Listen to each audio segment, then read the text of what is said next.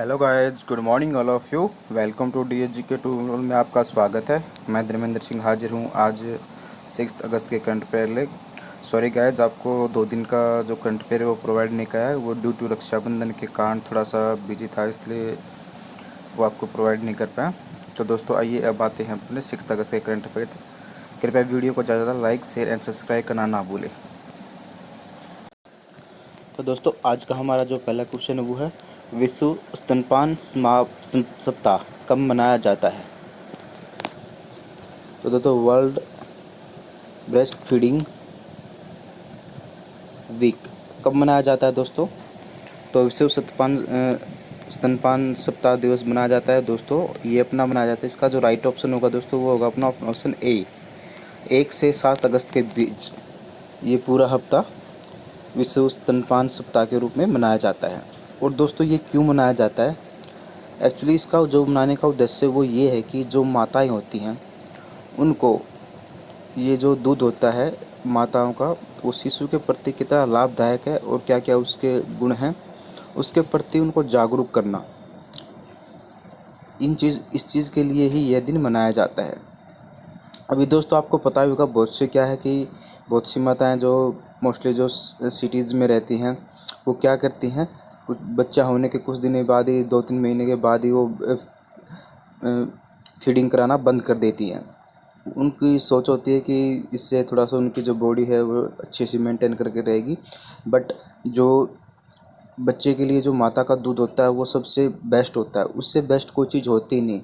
अगर बच्चे को थोड़ी बहुत बीमारी है तो माता का अगर दूध पी रहा है बच्चा तो वैसे ही वो अपने आप ही वो ठीक हो जाता है, क्योंकि माँ के दूध से बेटर कोई दूध है ही नहीं बच्चे के लिए।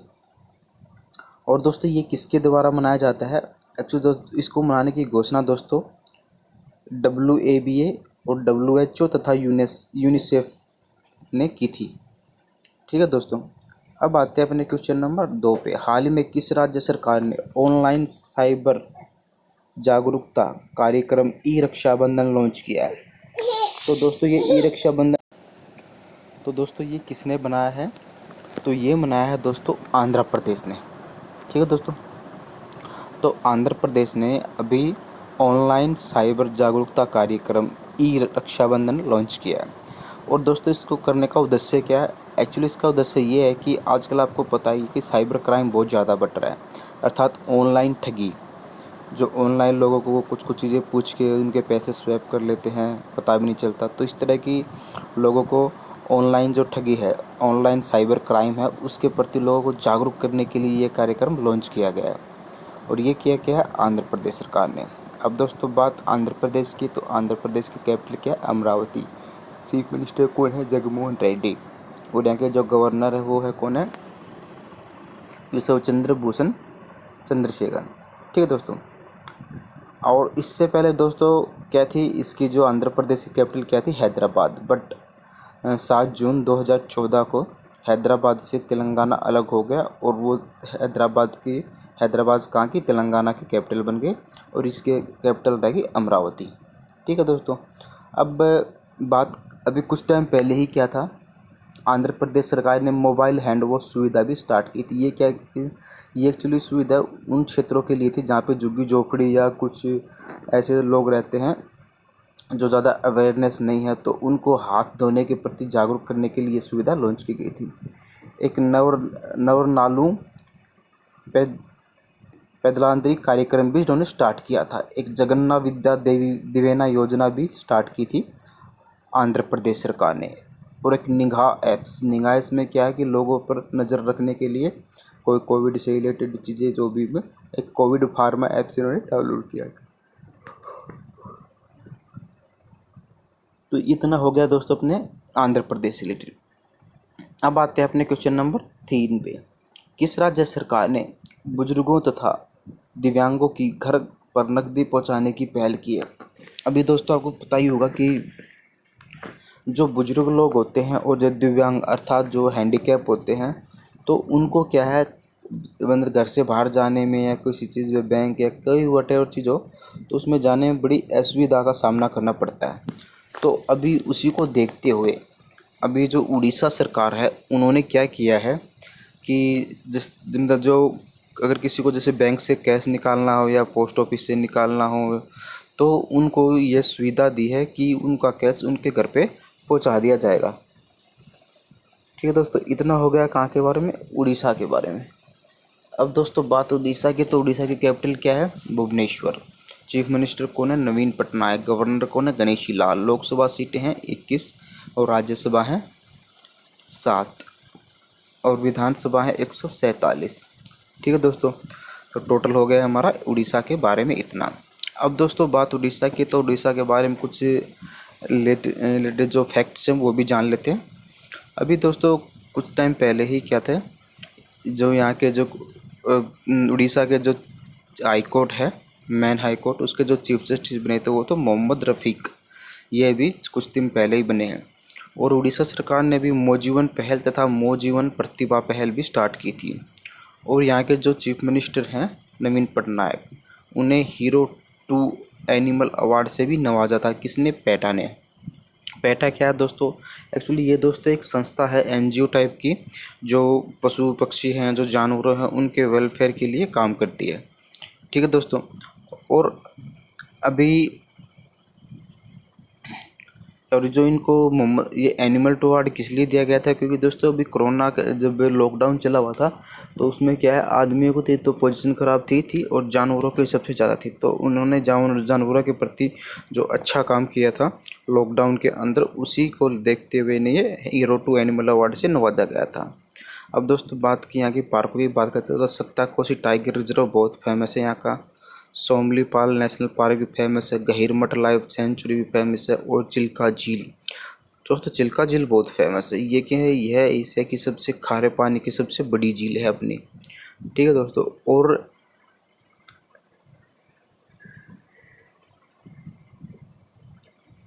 अभी उड़ीसा का दोस्तों एक द्वीप है व्हीलर द्वीप, और व्हीलर द्वीप को बदल के इसका नाम क्या रखा जाए, एपीजे अब्दुल कलाम जी के नाम पर, मिसाइल मैन अब्दुल कलाम जी के नाम पर इस द्वीप का नाम रखा गया था। ठीक है दोस्तों, और अभी कुछ टाइम पहले ही दोस्तों जो एक पीला कछुआ भी यहाँ पे इसके उड़ीसा के तट पर भी देखा गया था। और अगर हम बात करें उड़ीसा की, तो ये दोस्तों टोटल हमने इतने फैक्ट जो भी इससे रिलेटेड फैक्ट हैं वो मैंने आपको बता दिए हैं। अब आते हैं दोस्तों अपने क्वेश्चन नंबर 4 पे। हाल ही में भारत एयर फाइबर सर्विस का उद्घाटन कहाँ हुआ है। तो दोस्तों ये एयर फाइबर सर्विस उद्घाटन कहाँ हुआ है, तो इसका जो राइट आंसर दोस्तों वो है अपना महाराष्ट्र। तो महाराष्ट्र में इसका भी उद्घाटन किया गया। ये दोस्तों क्या है, एक्चुअली तो ये जो भारत एयर फाइबर सर्विस है, ये फाइबर क्या है, ये वायर बनाती है जो हम इंटरनेट में यूज करते हैं। इससे क्या होगा, इनकी स्पीड और एक्यूरेंसी थोड़ी सी बढ़ जाएगी क्योंकि अच्छी क्वालिटी के वायर हैं इसलिए। और जो उनकी तथा इनकी जो कनेक्टिंग की पावर है वो भी तो काफ़ी अच्छी हो जाएगी इन चीज़ों से। अब दोस्तों बात है महाराष्ट्र की, तो महाराष्ट्र की कैपिटल क्या है, मुंबई। चीफ मिनिस्टर कौन है, उद्धव ठाकरे। और गवर्नर कौन है, यहाँ के गणेशी भगत सिंह कोश्यारी। ठीक है दोस्तों, ये यहाँ के। अब दोस्तों बात है यहाँ के कहाँ की, महाराष्ट्र की। तो महाराष्ट्र के जो अभी हाई कोर्ट के जो चीफ जस्टिस नियुक्त हुए गए दीपांकर दत्ता हैं।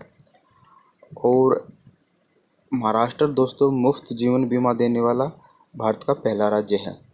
ठीक है दोस्तों, और अभी कुछ टाइम पहले ही क्या था, यहाँ का एक वो थी Shivaji the south block the unwritten history of the pride people. यह महाराष्ट्र की हिस्ट्री पे एक बुक्स थी। इसका भी कुछ टाइम पहले ही विमोचन किया गया था। एक प्रोजेक्ट प्लेटिना भी किया गया था। और एक heart service at your door, ये भी इन्होंने ही स्टार्ट की थी। और क्या था दोस्तों, और अभी इन्होंने क्या था,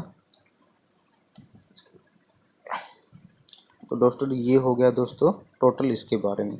और यहाँ के कुछ फेमस पार्क भी, जैसे संजय गांधी नेशनल पार्क है, गुगमल नेशनल पार्क है, नवेगावा नेशनल पार्क है। तो ये यहाँ के कुछ फेमस पार्क है। ठीक है दोस्तों, अब आते हैं दोस्तों अपने क्वेश्चन नंबर 5 पे। हाल ही में खादी ने सिल्क मास्क उपहार बॉक्स को किसने लॉन्च किया। तो दोस्तों ये किया है किसने? इसका जो राइट आंसर है दोस्तों वो है अपना ऑप्शन ए, नितिन गडकरी। तो नितिन गडकरी जी ने अभी इस जो मास्क ये बॉक्स है इसका भी उद्घाटन किया। यह क्या है दोस्तों? यह एक गिफ्ट बॉक्स है तथा इसमें क्या है, खादी से बने भिन्न भिन्न कलर के मास्क हैं और जो अलग अलग मतलब अलग अलग कलर्स या अलग अलग वैरायटी के हैं। और दोस्तों ये इसका करने का उद्देश्य क्या है? अभी आपको दोस्तों पता है हम लोग बहुत चीज़ें गिफ्ट करते हैं, तो इसका उद्देश्य क्या है, आप इसको किसी को गिफ्ट भी कर सकते हो और ये काफ़ी अच्छा बेनिफिशियली भी है। तो इसका जो उद्घाटन किया है वो क्या है, हमारे नितिन गडकरी जी ने। और नितिन गडकरी ने यह हमारे एमएसएमई के हेड मतलब एमएसएमई मिनिस्टर हैं। एमएसएमई का मतलब होता है माइक्रो स्मॉल मीडियम एंटरप्राइजेज। ठीक है दोस्तों, अब आते हैं अपने क्वेश्चन नंबर 6 पे। हाल ही में किस देश की महिलाओं की विश्व स्क्वैश चैंपियनशिप से हटने का फैसला किया? तो दोस्तों अभी जो विश्व स्क्वैश चैंपियनशिप होने वाली है तो उससे किस देश की महिलाओं की टीम ने हटने का फैसला किया है? तो इसका दोस्तों जो राइट आंसर है वो है अपना ऑप्शन ए, इंडिया। तो इंडिया की जो महिला टीम है उसने अभी इससे हटने के लिए फैसला किया। उसका रीज़न क्या है? क्योंकि इन्होंने अभी तक उसके लिए ठीक से प्रिपरेशन नहीं की थी, इसलिए इन्होंने उससे हटने का फैसला किया है। अब दोस्तों बात है अपने किसकी? इंडिया की। तो इंडिया की कैपिटल आपको पता है दोस्तों दिल्ली है। टोटल राज्य कितने? 28 और केंद्र शासित प्रदेश कितने हैं? 9। ठीक है दोस्तों, यहाँ के हमारे जो प्रधानमंत्री हैं वो कौन है? श्री नरेंद्र जी मोदी। और यहाँ के जो प्रेसिडेंट है वो है प्रेसिडेंट खुद है रामनाथ कोविंद।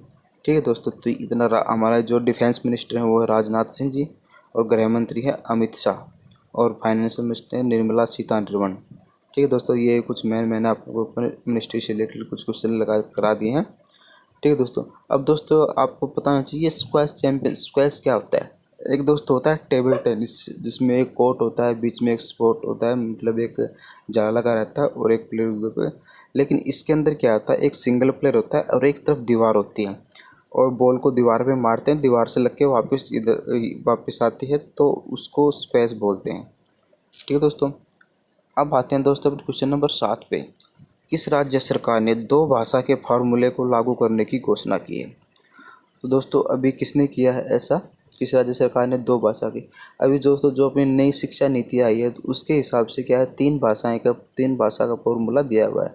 बट क्या है, जो तमिलनाडु सरकार है उसने क्या है, इसको नकारते हुए 2 भाषा का फॉर्मूला यूज करने की घोषणा की है।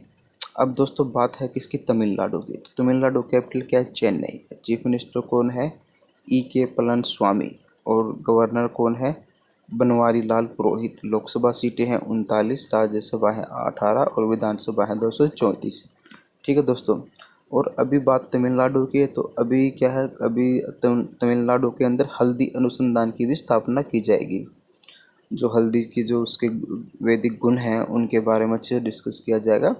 और आरबीआई की रिपोर्ट के अनुसार बाजार से जो कर्ज लेने के मामले में कौन सा स्टेट टॉप पे है? वो है सबसे ऊपर तमिलनाडु। ठीक है दोस्तों, और क्या है, जो जूनियर वकील हैं उनको 3,000 रुपये महीना का मासिक भत्ता दिया जाएगा। ठीक है दोस्तों, और मछली उत्पादन के मामले में सबसे टॉप पे कौन है? तमिलनाडु। ठीक है दोस्तों, इतना हो गया अपना क्वेश्चन नंबर 7। अब आते हैं दोस्तों क्वेश्चन नंबर 8 से। हाल ही में किस देश के वैज्ञानिकों ने शुक्र ग्रह पर एक्टिव ज्वालामुखी की खोज की है? तो जो एक्टिव ज्वालामुखी दोस्तों क्या होता है, ये एक तरह का जब लावा निकलता है ना दोस्तों, उस तरह का इसको ज्वालामुखी बोलते हैं, वेलकोनो। ठीक है दोस्तों, तो ये किसने किया है दोस्तों? तो इसका जो राइट आंसर है वो है अपना ऑप्शन सी, स्विट्जरलैंड। तो स्विट्जरलैंड ने दोस्तों अभी इसकी खोज की है। और दोस्तों पता ही है, शुक्र ग्रह मतलब सूर्य से सबसे नजदीक वाला तीसरा बड़ा ग्रह है तथा इसे पृथ्वी की जुड़वा बहन के रूप में भी जानते हैं।